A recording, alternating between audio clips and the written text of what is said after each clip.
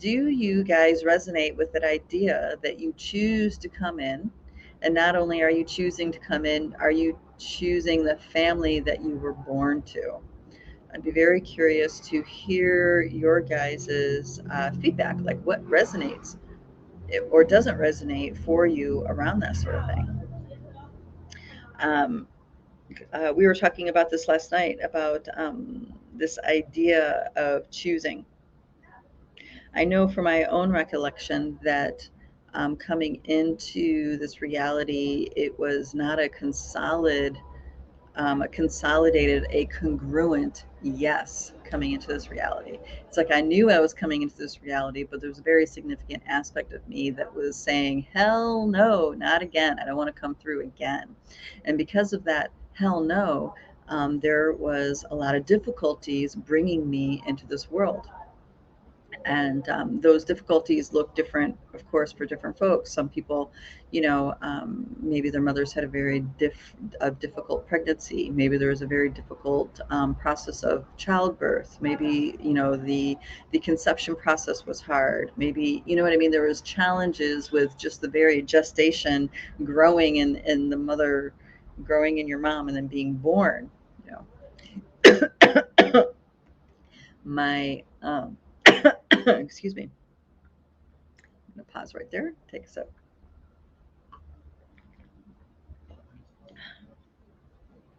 I know my oldest daughter was not necessarily congruent about coming, and there was a really difficult time with her birth.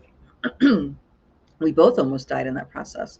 So, these kinds of things translate when these nesting dolls, these unseen realms, what is happening, the attitudes, the beliefs, the different structures in these unseen realms have a very strong influence on how things happen here in the 3D.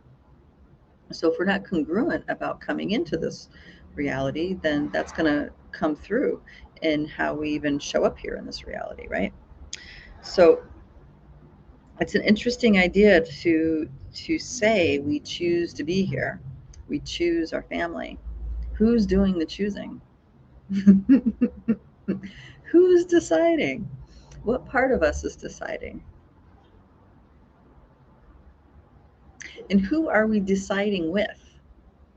Is it the Pachamama? Is it the different overlords of some of these nesting dolls that are enveloping the dream of the mother? I'm curious to hear from you guys what resonates with you around that. And it's important that you do share, because it's significant for us to see how other like minded people perceive these things. How do other star seeds see how this works? How do other visionaries relate to this idea? Because this is a consensus reality, which means that there's no one truth, there's no one reality.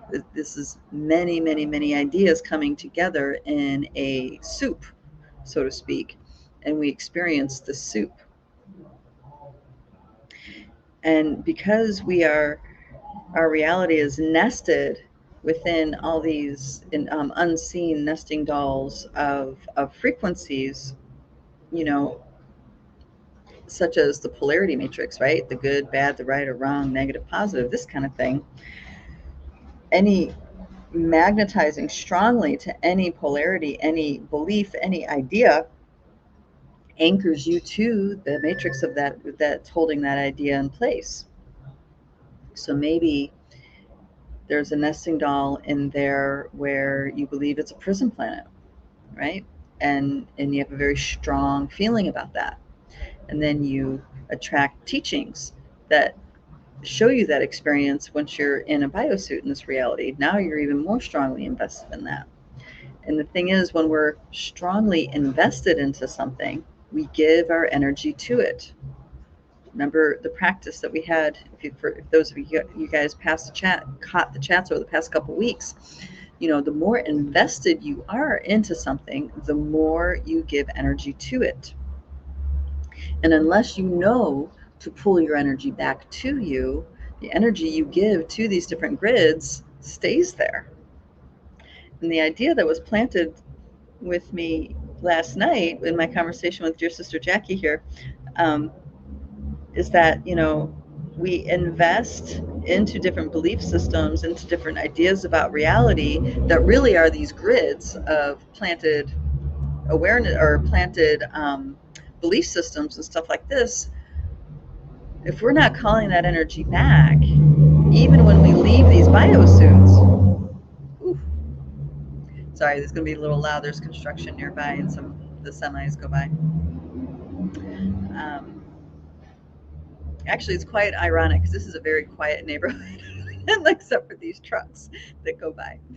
Anyway, um, you know, and when you decide to leave this biosuit, leave this existence, and you go into the afterlife, whatever that is for you, according to your belief system, so on and so forth, if you don't pull your energy out of those grids, they're still existing within the grids that are around this dream of the mother, that are influencing our experience of the dream of the mother. And what that translates as, we don't fully cross over beyond this reality. Okay. So we were talking about this last night, and she was giving some examples of some thoughts that she was introduced to by dear sister Starshine that I already don't remember her name, Lalita. Yeah. Okay, Lalita. But the idea that was in her mind was about legacies, financial legacies, um, energetic legacies. And I don't know if you guys know this, but once you get older, you start no longer looking for, like, purpose isn't really what's so important. It's what's important is the kind of legacy you leave for your children, what kind of legacy you leave for your family, stuff like this, for humanity. Like, what have you done to contribute to the human experience? Okay. So, but those sorts of things that we invest our life force energy into is us giving energy into a matrix. So when it does come time for us to pass, whether it be through illness or sudden event or whatever, that energy is invested, and and we it stays. That energy stays, and then so when we pass on, we're not completely free, completely liberated, and we stay because of this energetic entanglement, reincarnating into these matrices. Okay.